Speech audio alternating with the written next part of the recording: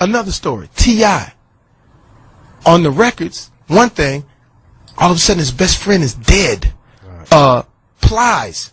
I didn't know anything about Plies. I only heard the good records. I'm on the set with Plies to do this video, and when I heard Plies talk to me, it blew my mind, because when I got on the phone, I was trying to get where he was. Yo, what's up, nigga? What we doing with this video, cuz? And he was like, first of all, I want to make sure that we have the particulars. I'm not kidding. Right. And then we get on the video, we're shooting the video, and he came, you know, with the entertainment garb. I understand it. But you know what happened? 30 real niggas came on the set. Yeah. It was 30 T-shirts. White 30 slew-footed. And I look up, and since I've been in LA for 23 years, I said, okay, I know what I got to do. I got to go over there and meet it head on. I can't let it get out of control. And I'm not trying to be no hero, but I'm like, let me at least talk to whoever the fuck this is, because I heard him. And then, you know what? All of the security, nowhere to be found, including mine. Nowhere to be found. You know who was there? It was me, Breon, and my sister. All right, 30 niggas. I'm like, what the fuck? And the dude was like, yo, nigga, these niggas is faking our lives, Foxx. I said, who are you talking about? These niggas, punk-ass niggas run from Suge. And I said, hey, we just shooting a video, because I didn't hear the music that Plies. I only heard the good records. Right. I said, no, dog, you got it wrong, man. We just doing a video, man.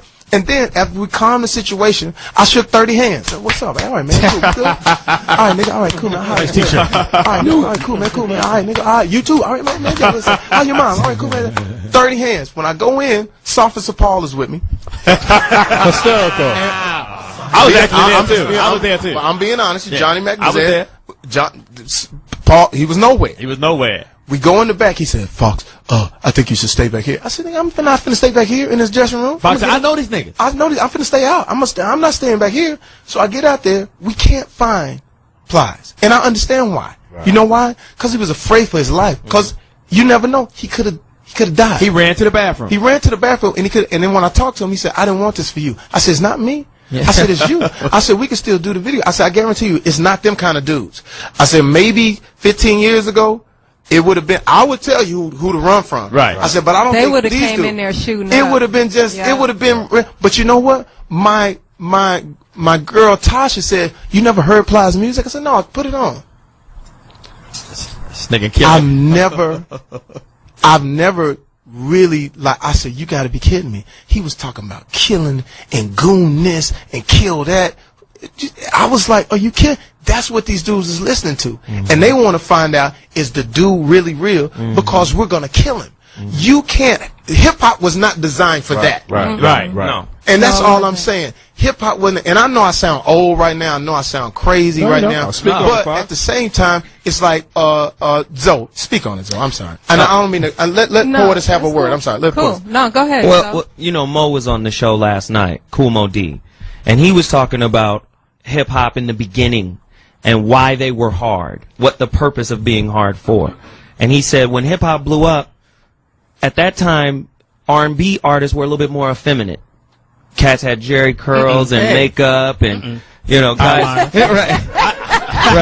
As Foxx Chad says to the tail. Shout out to B. Scott. He got a big old dick. And he married Tiny Lister. So he was saying that's why, you know, you heard them, you know, rah, you know, everything was hard. Run DMC was hard. Everything was hard.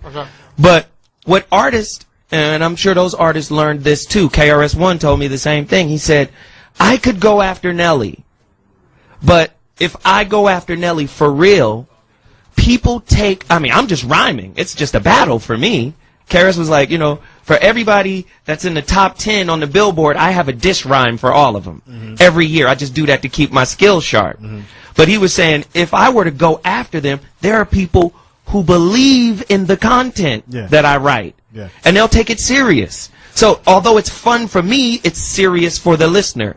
And what people fail to realize is, as an artist, whether you accept the responsibility or not, it's a twofold responsibility. One, be true to your art and convey the truth of your life through your music. But two, take the responsibility of the effect that consciousness puts on someone else, the listener. But don't you have to be conscious to even be on that level? Because I know that I used to listen to that hardcore shit all the time too, but now that I've become older and a little more conscious, I don't want it in my subconscious. You know what I'm saying? So I don't. There's a lot of records that I don't listen to. But hip hop was supposed to entertain. But how do kids? I'm not supposed to be afraid but how of you do on the kids record. get there? The kids aren't there. They're not. They don't have that level of consciousness. But this is what I think. First of all, we raise the kids. Right. Everything that we do, and listen, at my concert, there was kids that were 10, 11, 12, 13, all the way up to 85. And there was certain, we didn't change our show, but there were certain things that we put in there for them so they could say, okay, we had this, we understood that. Right. But it's us. It's like what we allow. It's all on us. It doesn't have anything to do with the parents because the parents they don't have the control over what's coming on the radio. Right. They don't. They don't have any control of us sitting in a studio and saying, yeah, that's great. And the crazy part about it is, these guys are some of the most incredible lyricists I've ever heard. All they have to do is just bring it to something else. When they started talking about, that's why I like now, I love how it's changing, how now it's more about the ladies and more about the party and what. Even when Puff and them started, it was more about champagne and lifestyle. Right. It was no more killing and all that kind of stuff. And so hopefully we will evolve into to something better. But I'm telling you, in the South, man, I tell my sister, I said, D, we gotta stop. I said, you gotta have something. And she said, I can't help it. I love it. It's the hood. I said, yeah, it's the hood. I said, but the hood ain't supposed to be seen like that. It's not. Right. It's not supposed to be seen. Right. We're not supposed to be showing that side of us. Right. Because that side of us is going to ignite things. And now what it does, it makes me afraid. Like we went some places, like I believe it was Houston or some other cats, and when we went there, I was like, yo, I'm going to tell y'all right now. And I told Officer Paul, I said, nigga, this ain't L.A. Right. These niggas right here will absolutely shoot you with a single barrel shotgun. Right. It's that country, and they not playing that. So I would even tell Johnny Mac. Johnny Mac was in the South, popping off a little bit when we was in New Orleans. Popping off in New Orleans. I said, hey man, I said, let me explain something to you. They don't understand it. Right. L.A. is different. I said, but they really believe it. They really believe you from L.A. Hey, cuz they be doing whatever it is, right? And they really will step to you. So it's like me listening to NWA, I thought, still to this day, I think Ice Cube was one of the most incredible MCs ever. That's right.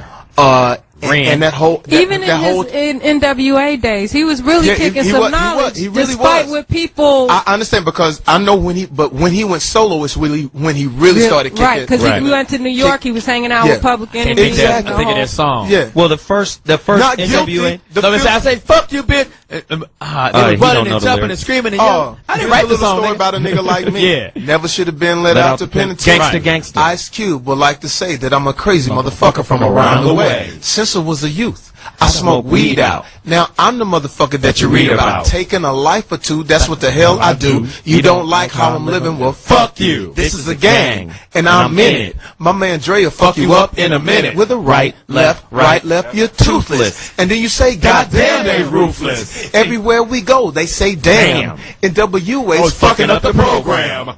Can I just tell you? Just say about drinking straight out the 8 bottle. Do I look like a motherfucking role model? To a kid looking up to me, life ain't nothing but bitches and money. Cause I'm the type of nigga that's built to last. Fuck with me, I'll put my foot in your ass. See, I don't give a fuck cause I keep bailing. Yo, what the fuck are they yelling? Gangsta, gangsta. You gotta understand, listen, I knew every word. Can I say this? How can you tell me from Texas that that's not true? Well, exactly. You cannot tell me that. But there's no way. That was from that first There's album. no part about when he said they was yelling and jumping and screaming. Suddenly I see some niggas that I don't like. Walked over to him and said, what's up? First nigga that I saw, I hit him in the jaw. Ran, started stomping him, and so did E. By that time, got rushed by security. Out the door. But we don't quit. Ren said, let's toss some shit. I got a shotgun. And here's the plot. Taking niggas out with the flurry of buckshots. Boom, boom, boom. Yeah, I was gunning. And then you look, all you see is niggas running and falling and yelling and pushing and screaming and cussing. I step back and I kept busting. You cannot tell me that is not real. Okay, can I just say this? You cannot tell me that is uplifting our community. I'm not defending it, but can I say this? NWA started out, they did them records for fun. They were doing comedy records. They were influenced by Blowfly, Red Fox, and people like that. So they started out doing these records as fun, and then it turned into something else. It turned into what we just saw. but you got. But even I think when they were making them records, I don't think they had an idea of what the impact would be. Fuck you, bitch, and kept rolling.